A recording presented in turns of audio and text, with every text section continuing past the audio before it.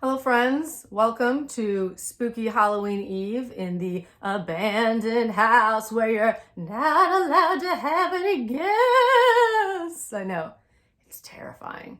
Not for me. I don't want anyone to come here, but maybe for you. Maybe you like people. Maybe you're one of those weird people. People who needs people. Anyways, I've had a little bit of this goblet full of blood of my enemies, and whoever my enemies are, they sure like to party, if you know what I mean. Anywho, so I got the hat, I got the enemy blood, I have this magic wand if anyone starts some shit. So let's do this, shall we?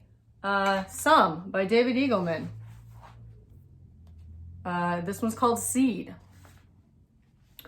Although we credit God with designing man, it turns out he's not sufficiently skilled to have done so. In point of fact, he unintentionally knocked over the first domino by creating a palette of atoms with different shapes. Electron clouds bonded, molecules bloomed, proteins embraced, and eventually cells formed and learned how to hang on to one another like lovebirds. He discovered that by simmering the earth at the proper distance from the sun, it instinctively sprouted with life.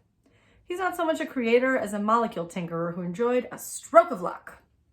He simply set the ball rolling by creating a smorgasbord of matter, and creation ensued. He is as impressed by the gorgeous biological results as the rest of us, and he often spends slow afternoons drifting through jungle canopies or along the seafloor, reveling in the unexpected beauty. When our species stumbled into sentience, we became awed by his lightning bolt experiments with electricity, his racing cyclones, his explosive fun with volcanoes.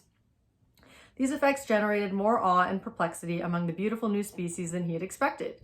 He didn't want to accept credit for something he did not deserve, but a claim was tendered without request. He began to find humans irresistible with their unrestricted love. We quickly became his chosen species.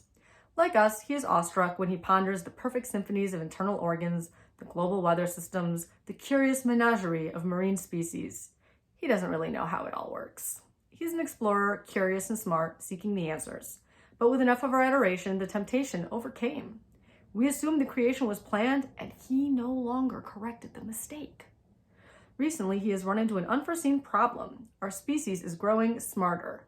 Disputable. While we were once easy to awe, dragging knuckles and gaping at fire, we have replaced confusion with equations. Tricks we used to fall for have been deduced. Or have they?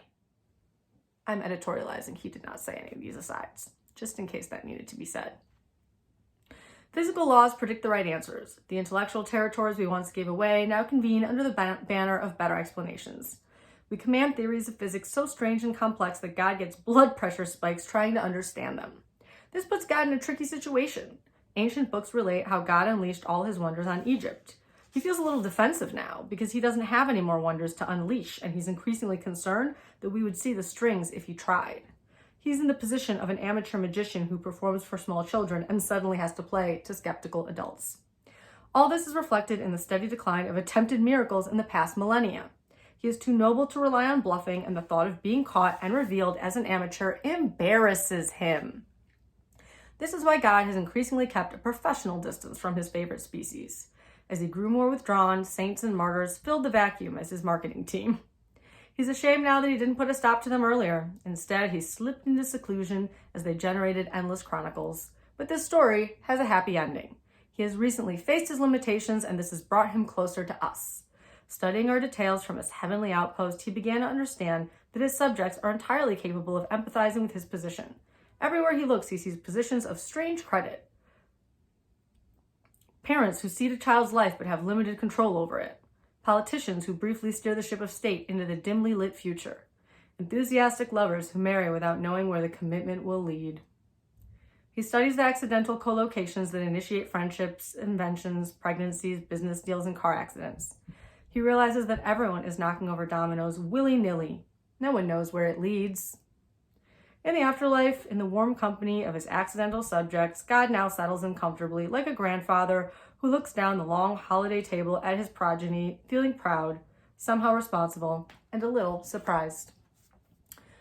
So it wasn't spooky, but it did say the word holiday, so technically maybe apropos. Listen, it's the story you have, okay? This is the story you get today. I've already read it, so if you didn't like it, tough titties. There might be another one tomorrow. There's definitely one in the past if you want to go listen to that right now.